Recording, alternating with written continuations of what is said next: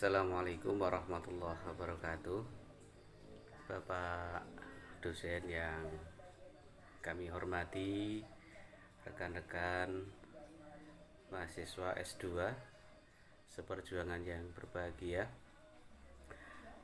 Pada kesempatan kali ini saya akan mempresentasikan tugas yang diberikan kepada kami, yaitu tentang pemikiran hukum Islam pada masa tabi'in. Ya. Langsung saja bahwa dinamika pemikiran hukum Islam itu terdapat dua dimensi. Yang pertama, hukum Islam yang berdimensi ilahiyah, ya, bahwa ajaran yang diyakini bersumber dari Allah Subhanahu wa taala dan senantiasa dijaga sakralitasnya. Jadi dalam hal ini hukum Islam dipahami sebagai syariat yang cakupannya luas, tidak terbatas pada hukum fikih semata, tetapi mencakup juga di dalamnya bidang keyakinan, amaliyah, dan akhlak. Yang kedua, hukum Islam yang berdimensi insaniyah. Maksudnya adalah hukum Islam adalah upaya dari manusia secara bersungguh-sungguh untuk memahami ajaran yang dianggap suci dengan melakukan pendekatan. Yang pertama adalah pendekatan kebahasaan, dan yang kedua adalah pendekatan maqasid. Dalam dimensi ini hukum Islam dipahami sebagai produk pemikiran, ya, yang dilakukan dengan berbagai pendekatan tadi, dikenal dengan sebutan ijtihad, atau yang lebih teknis disebut sebagai istinbat al-ahkam. Nah, pada masa tabi'in hukum Islam mempunyai banyak variasi, sebab di setiap masanya selalu ada pembaharuan dalam istinbat al-ahkam. Variasi ini arahnya terdapat perbedaan dari setiap mazhab. Hal ini tidak terjadi masalah karena dengan adanya perbedaan ini, bahwa ilmu pengetahuan tentang Islam sangat luas sehingga perbedaan-perbedaan ini tidak menjadi masalah di dalam dunia Islam. Melihat sejarahnya, kemajuan-kemajuan dalam dunia Islam terjadi adanya aliran-aliran politik secara implisit mendorong terbentuknya aliran hukum. Ini tidak lepas dari peristiwa-peristiwa politik yang terjadi di zamannya. Hal ini disebabkan oleh beberapa faktor, diantaranya perluasan wilayah dan perbedaan penggunaan ra'yu, ya. Sekarang pengertian hukum Islam itu sendiri apa? Hukum Islam merupakan hukum yang bersumber dari Al-Quran dan menjadi bagian dalam agama Islam. Dalam berbicara tentang hukum Islam, sebagian sistem hukum mempunyai beberapa istilah-istilah yang perlu dijelaskan terlebih dahulu supaya tidak terjadi kebingungan di dalam memahami maknanya, ya. Dalam kajian ini diawali penjelasan tentang istilah-istilah dalam hukum Islam. Yang pertama adalah syariah, kemudian tasyrik, dan yang ketiga adalah fikih, ya. Yang pertama adalah syariah. Secara etimologi atau harfiah, syariah berarti al-utbah. Al-utbah itu bisa diartikan liku-liku sebuah lembah, ya, jadi liku-liku lembah. Atau al-atabah, ambang pintu dan tangga. Kemudian juga maurid as-saribah, ya, jalan tempat peminum mencari air, ya. Ada juga at-thariqah al-mustaqimah, artinya jalan yang lurus. Ini secara bahasa, ya. Kemudian secara terminologi adalah apa yang telah ditetapkan Allah untuk hambanya baik dalam bidang keyakinan, i'tiqadiyah maupun perbuatan dan akhlak. Ya, jadi secara istilah adalah apa yang ditetapkan oleh Allah untuk hambanya baik dalam bidang keyakinan, i'tiqadiyah, perbuatan maupun akhlak. Ya. Kemudian yang kedua tasri'. Tasri' memiliki akar kata yang sama dengan syariah. Ya. Kalau syariah berarti hukum atau aturan yang ditetapkan oleh Allah yang menyangkut tindak tanduk umat manusia, sedangkan tasri' bersangkutan dalam hal penetapan hukum atau aturan-aturan hukum. Secara terminologi, tasri' adalah penetapan peraturan, penjelasan hukum-hukum, dan penyusun undang-undang. Ya, itu tasri'. Kemudian fikih. Ya. Yang pertama tadi syariah, yang kedua tasri', yang ketiga adalah fikih. Fikih berasal dari bahasa Arab, dari masdarnya faqiha yafqahu. Ya. Secara bahasa kata ini memiliki arti al-ilmu atau pengetahuan dan al-fahmu atau pemahaman. Sedangkan menurut Ajat Sudrajat, fikih secara etimologi berarti paham yang mendalam. Ya, paham yang mendalam.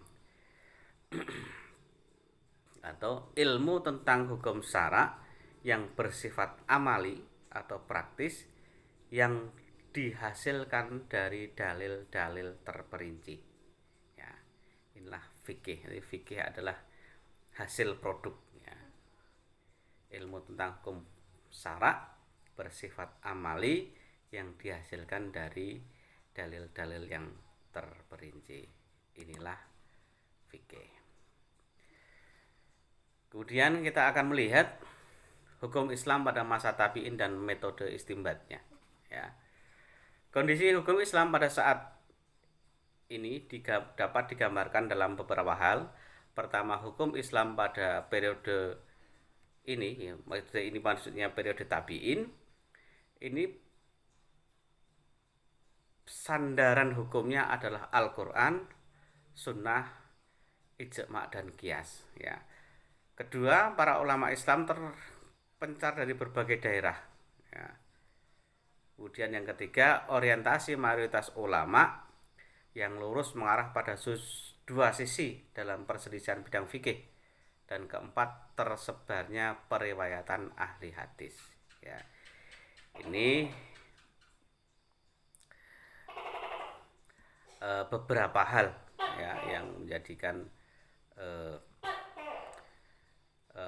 kondisi pada saat itu terbentuknya generasi tabi'in di waktu itu. Secara umum para tabi'in pada masa ini mengikuti manhaj sahabat dalam mencari hukum. Ya, mereka merujuk pada Al-Quran dan hadis, dan apabila tidak mendapatkan dari keduanya, mereka merujuk pada ijtihad sahabat. Baru setelah itu mereka beristihad dengan kaidah-kaidah para sahabat. Kemudian faktor-faktor pendorongnya itu apa? Yang pertama adalah luas wilayah. Ya.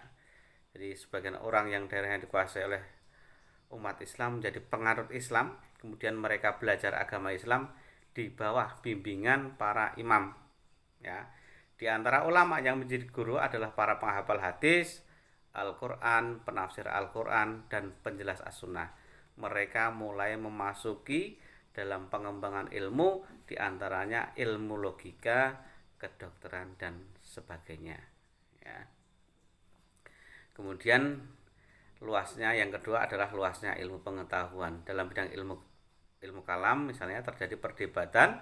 Selain itu pula terjadi pertarungan pemikiran mutakalimin, muhaddisin, dan para fuqaha.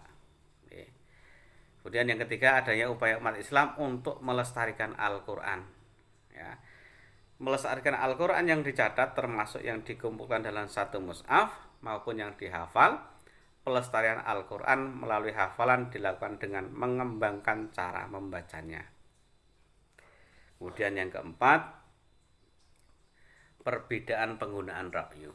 Ya, pada zaman tabi'in fuqaha dapat dibedakan menjadi dua. Yang pertama, madhab atau aliran hadis dengan ra'yu.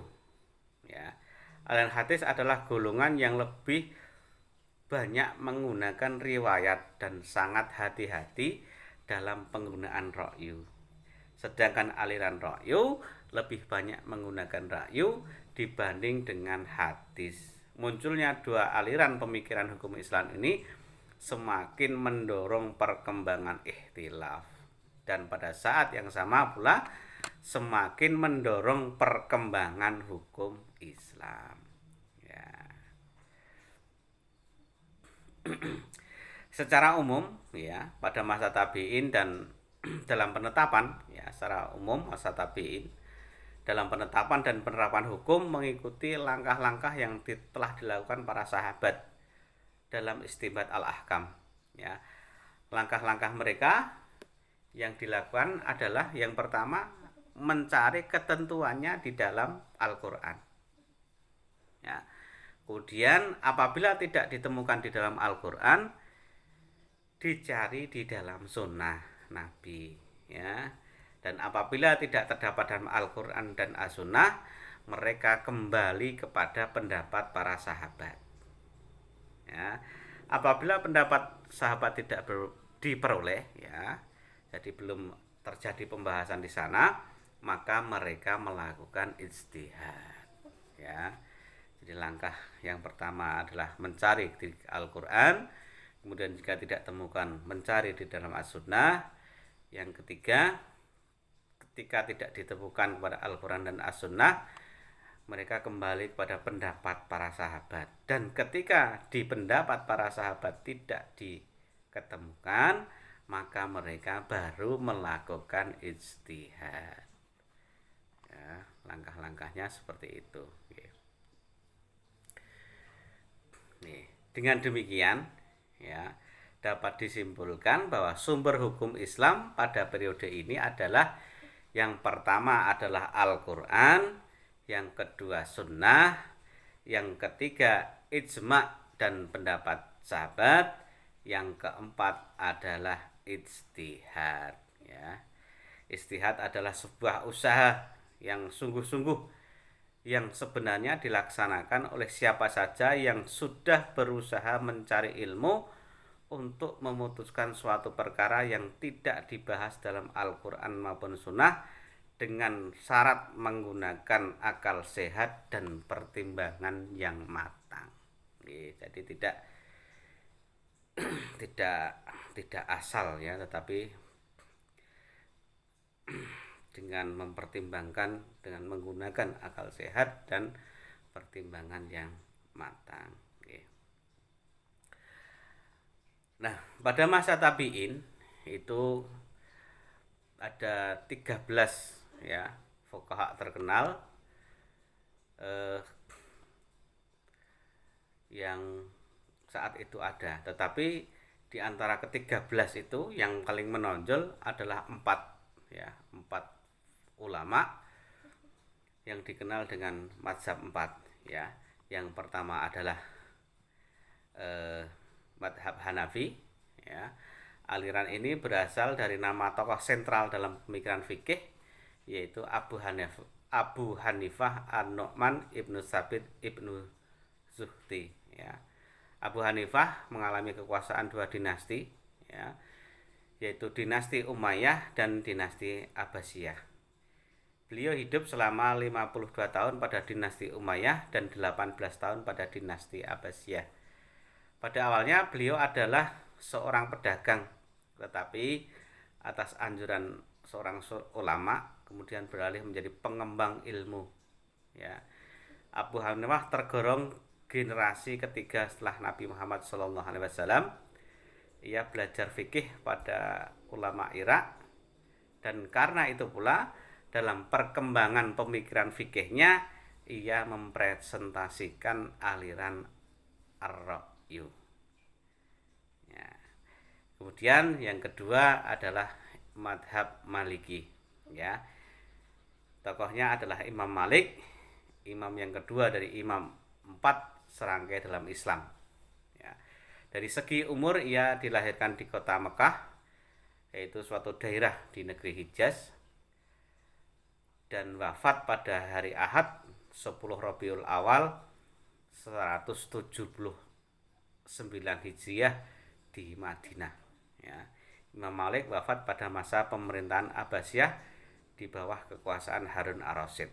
Nama lengkap Imam Malik adalah Abu Abdillah Malik bin Anas As-Sabai Al-Arabi bin Malik bin Abu Amir bin Haris. Ya.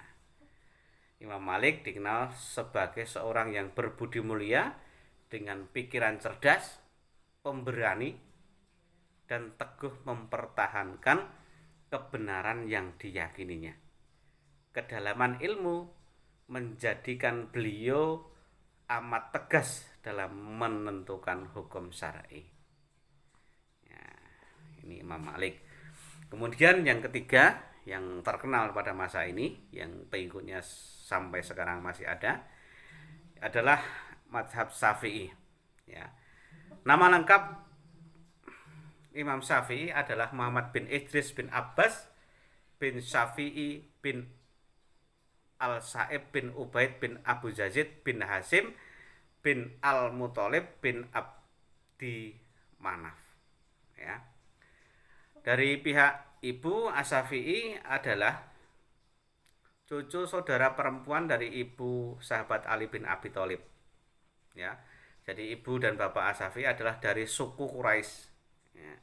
Bapak beliau berkelana di Makkah untuk mendapatkan kelapangan penghidupan. Lalu bersama dengan ibu Asy-Syafi'i meninggalkan Madinah menuju Gaza untuk akhirnya beliau wafat di sana setelah 2 tahun kelahiran Asy-Syafi'i.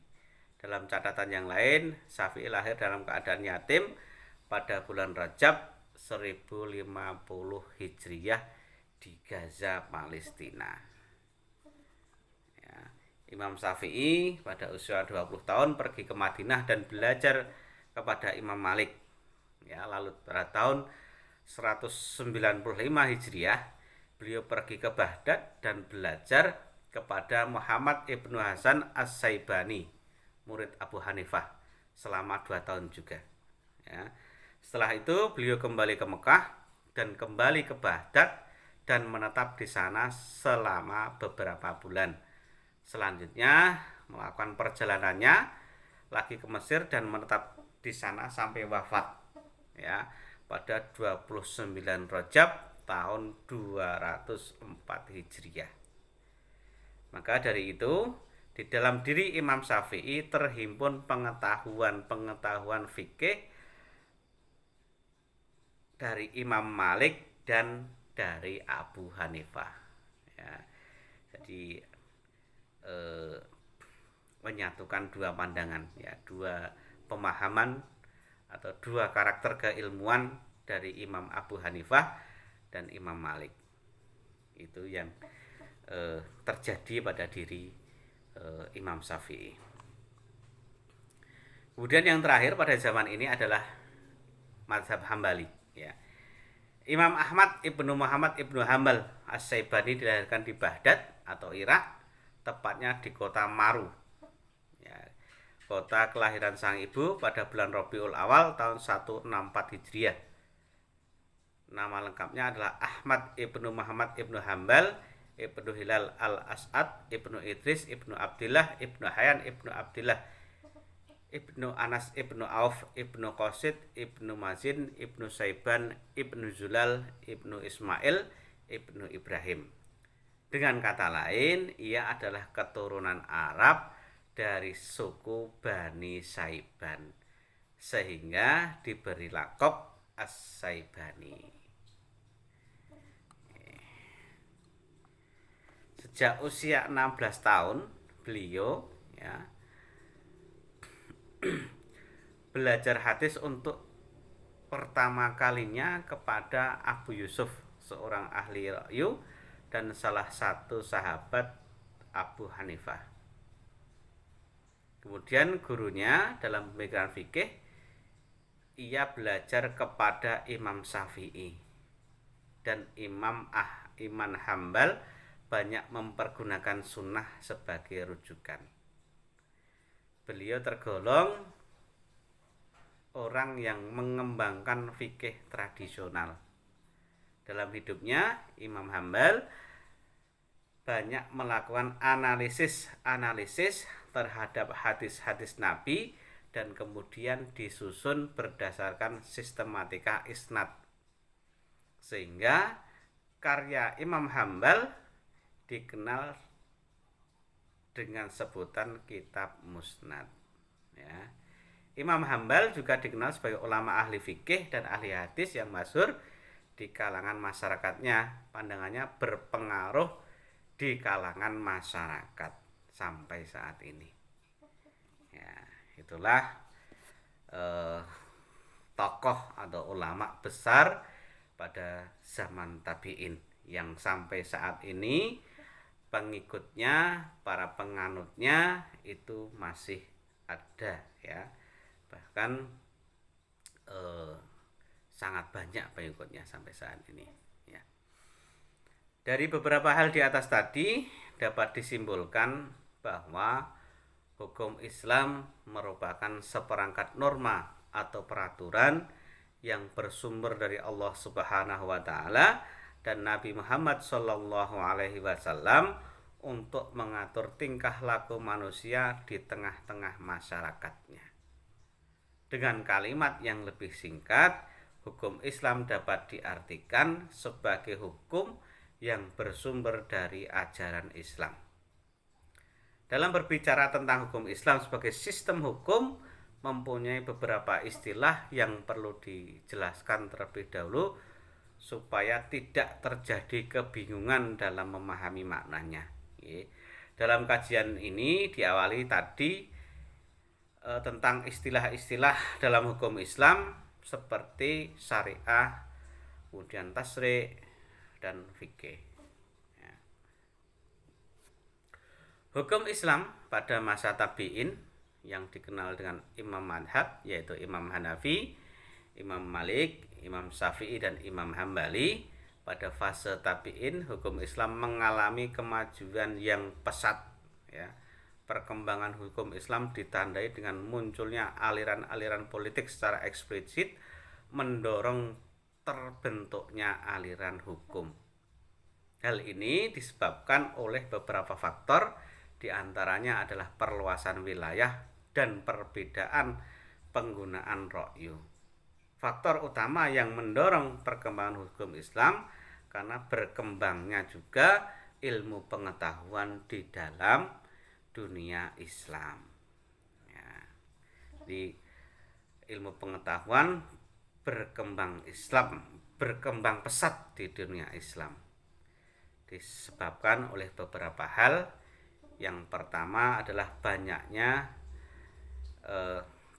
yang masuk Islam, di mana Islam telah menguasai pusat-pusat peradaban, ya. Pusat-pusat peradaban banyak dikuasai Islam. Kedua, berkembangnya pemikiran karena luasnya ilmu pengetahuan.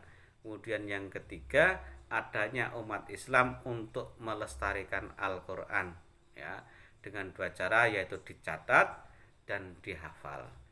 Dari setiap mazhab pasti terdapat perbedaan-perbedaan dalam beristimbat atau pengambilan hukum Islam karena memang masing-masing mempunyai cara ijtihad tersendiri, ya, seperti ijma', qiyas, dan lain sebagainya. Dari cara ini semua pastinya sesuai dengan ketentuan hukum Islam, yaitu dua sumber utama hukum Islam. Yang pertama adalah Al-Quran dan Sunnah. Demikian Pak dosen dan teman-teman sekalian, sedikit yang kami pelajari, yang dapat kami sampaikan dalam pertemuan ini, dalam video ini, tentang pemikiran Islam, perkembangan pemikiran Islam pada masa tabi'in. Tentunya di sana banyak sekali kekurangannya, tentu karena kekurangan kami dalam membaca literatur pendukung, dan kami sangat berharap kritik dan masukan dari utamanya Bapak dosen dan juga dari teman-teman semua. Demikian yang dapat kami sampaikan. Kurang lebihnya mohon maaf dan saya akhiri. Assalamualaikum warahmatullahi wabarakatuh.